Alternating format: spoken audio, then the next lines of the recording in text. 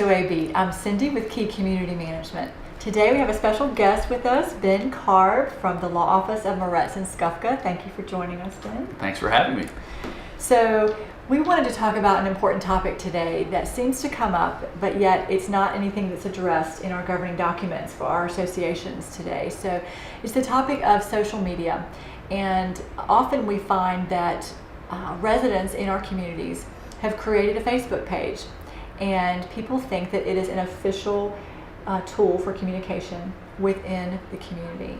So it's a real problem, and also it could be that a board member might have an idea to create the page on behalf of the association, that the board would populate the content as well. So I guess the question is, it seems like a great idea because there's no cost to the association for creating a Facebook page. Seems like a great way to communicate. Good on the budget, no funds are required. But there have been some concerns, and so we wanted to ask you today about, do you recommend this, and what can we do about it if it does happen?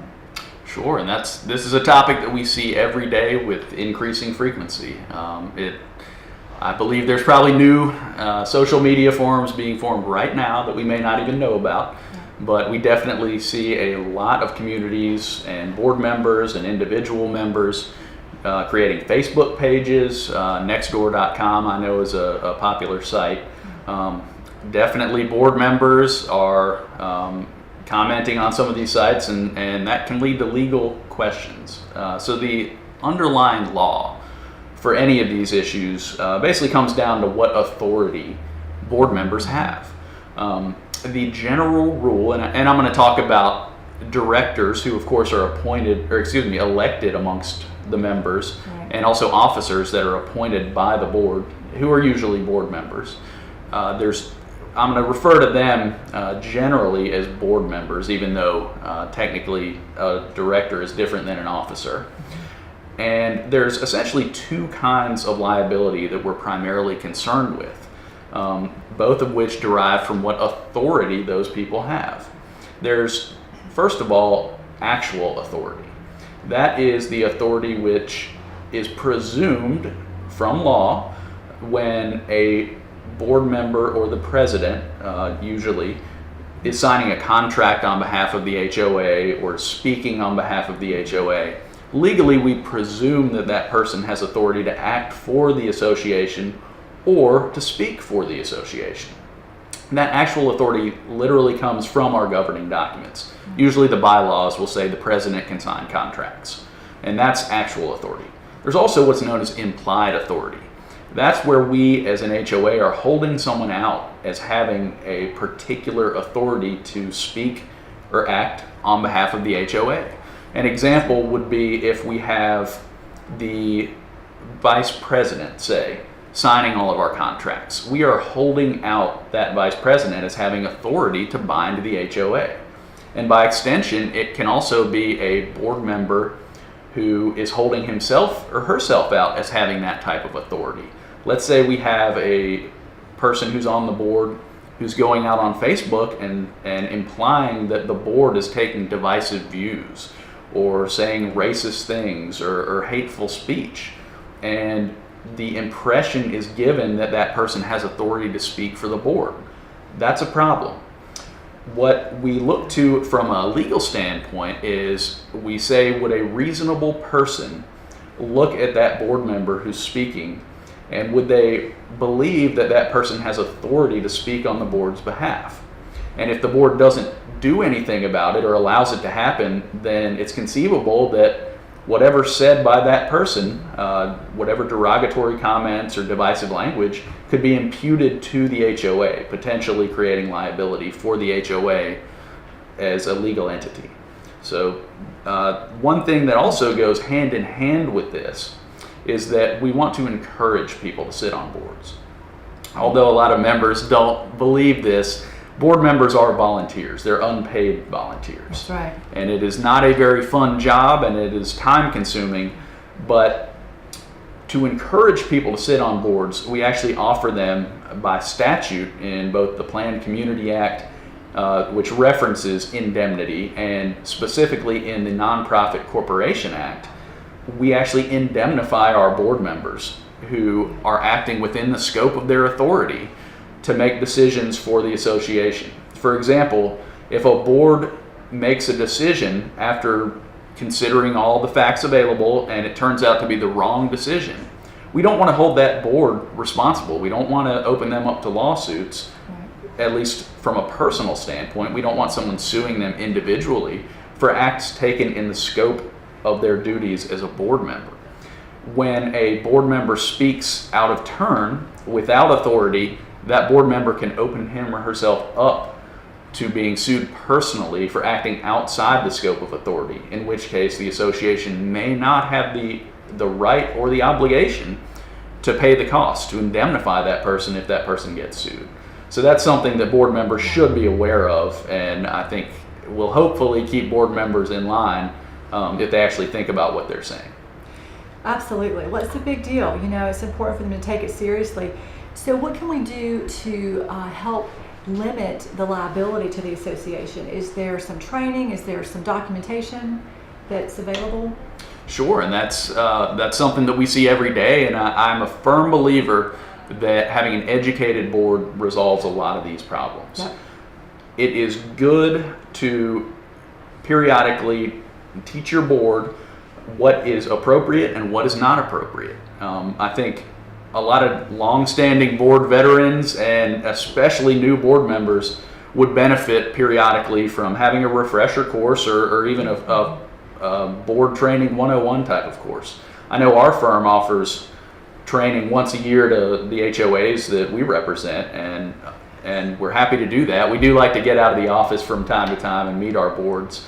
Of course, with social media today, that happens far too infrequently. We rely on the telephone or emails more than we need to. Yes. But I think training is the first thing. Boards really should look to their property managers first for best practices and really what the guidelines are. And if a legal question comes up, they should look to their legal counsel. And that's the first way to protect against this type of liability. The second way is to have in place good policies to dictate how your board is supposed to respond to requests from someone, say, on Facebook, or what exactly they are authorized to say. A lot of boards have adopted ethics policies, and this is something that is either addressed in that policy, or you could adopt a separate policy dealing strictly with social media. And that's something that if you adopt it, you need to comply with it. You can't just have a policy and not abide by it. But those are things that can be addressed in policies that your board should really have in place. And a third thing that some communities may find this helpful, I'm not saying everyone, but some boards will appoint a spokesperson. And the spokesperson really is the person who can speak on behalf of the board. And that probably has a number of benefits, but one of them is if someone sees a rogue board member out on Facebook saying things that are highly insensitive, then the members at least hopefully know that that person is not the spokesperson and is not speaking with the board's voice. They're speaking on their own, and therefore that the members would hopefully give that person less credence and wouldn't rely on it as much. Right. And so maybe with the policy there would be a repercussion if that board member isn't following the policy. Sure, that's something you do see in policies. One thing that you can do is somewhat censor a board member. I don't know how much effect it has, but just sort of to publicly silence that person or to admonish that person in a public way to at least let it be known that no, this type of conduct will not be tolerated. Of course, it's possible to have a board member removed, but that's not as easy a process as one might think. And that's kind of the extreme. But sure, your policies can address that and impose discipline for a board member who doesn't comply. Right. I mean, if that's needed, that step should be taken. So, what we find is that people think that these Facebook pages are official communication on behalf of the association, and that the board is creating them. Is there a way that, as we said, we can't necessarily prohibit someone from creating a page and just a member, but can we make it so there's a message on the site that would say, hey, this is not official? Yeah, well, from a legal standpoint, it is very hard to silence people. And we typically don't want to silence people. We want to encourage people to speak freely, and sure, we understand that our leaders, all the way from the president all the way down to our board, they face criticism, and we don't want to discourage people from criticizing our leaders. So it's very difficult just to tell someone, no, you can't create a Facebook page. But as a first step, if someone does go out and create a page that potentially misleads homeowners, I think a request should be made that somewhere on that page it is disclosed that that is not the voice of the board, that it's really an unofficial page, and that those opinions expressed on there are not the board's. If that doesn't work, let's say the page creator doesn't respond, or they just refuse to notify members, then the board should probably issue a firm statement stating this is an unofficial page. Members, please disregard it. If you see a comment on there, it is not from the board. And that can maybe be effective to members. There's not a great legal way to handle that, unfortunately, but those are two things that could certainly be attempted. That's good. So, we were talking earlier in our office about the ways that we do communicate with our associations, in working with our board members. So what we do is a lot of our communities have a website which has the capability for e-blast messages to be sent out. And it's a great tool because people sign up for it and they know it's an official communication. There's also a place on the site for announcements. So things are posted there. And then, of course, you can always send a newsletter or a letter out with information. And some people have a message board at the entrance of a neighborhood. They choose to put that in their budget where when people drive in and out, they see certain messages. So we find that there are ways to do it so that people are aware that it's an official communication tool and they don't have to wonder. So it's an interesting topic, because we find this isn't covered in the covenants. It's not covered in the bylaws. So it's new. With technology, things are always changing. So what happens is it forces us to change and to address things as they come up. So we want to encourage everyone to, if you have an issue with this, contact your management company, contact your law office that you work with, work through it. There's ways to address anything, but you just might not already have a plan in place, but you can work one out. Sure, and to your point, I think one of the best ways to combat these rogue Facebook pages or rogue board members is really to have open meetings. That is one thing that boards, I think, are becoming more sensitive of, that a lot of these problems really arise because people have this negative perception that boards are operating out of a smoky room somewhere and over a bottle of scotch or something. Right. But no, that the board is out there trying to get people, or basically that they're profiting somehow from sitting on the board, when in reality they're not.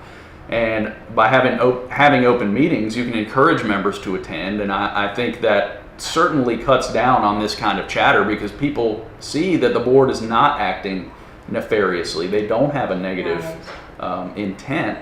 And people see that the board, really, most of their job is as boring as it gets. It's signing checks or deciding these very basic issues. And once they see that in practice, a lot of these issues go away.